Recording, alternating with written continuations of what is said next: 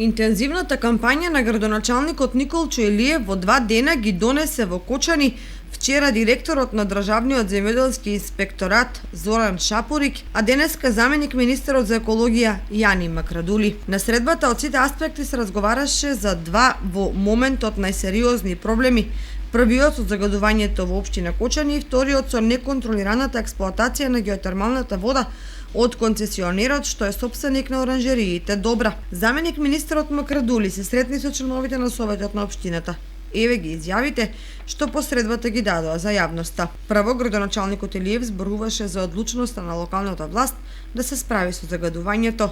И тука ја добивме јасната поддршка дека овде нема да има компромиси, инспекторатот ќе постапува, тој постапува и повеќе пати имат направено контрола точно на посочените локации, има донесено соодветни решенија за како да се постапува и последното решение кое денеска го разговаравме и за кое што сум информиран дека за еден од загадувачите му е дадено рок до крајот на месецот да постави филтер и со тоа навистина овој проблем со кој се соочуваат граѓаните на општина Кочани го доведеме во едни нормални и подносливи рамки. Заменик министерот Макрадули искажа поддршка од страна на владата во спроведување на сите договорени активности и мерки, вклучително и засилени инспекциски контроли. Разговаравме и за еден очигледно проблем кој што постои, тоа е загадувањето од компанијата која што има интегрирана дозвола, тоа е компанијата Paper Mill.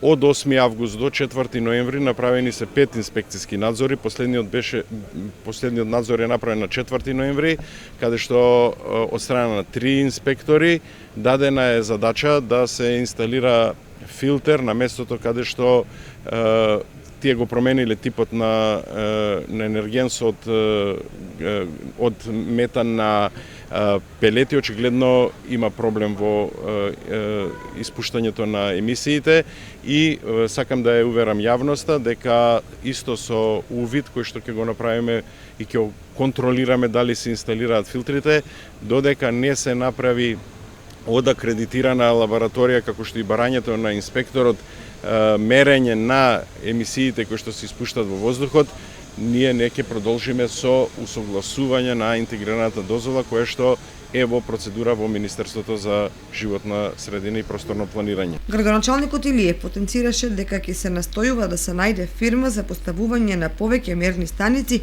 на различни локации за да се утврдат причинителите на загадувањето и да се действува соодветно. Еве сега сме во постапка, значи да најдеме фирма која тоа ќе го прави. За жал на повикот не се појави ни една фирма и ние се одлучивме да не отстапуваме од ова наша одлука, дека ќе најдеме фирма која постојано ќе врши по наша потреба или по наш налог мерење на квалитетот на воздухот на повеќе места и тоа ќе го направиме во следниот период кога ќе оцениме дека навистина за тоа има потреба.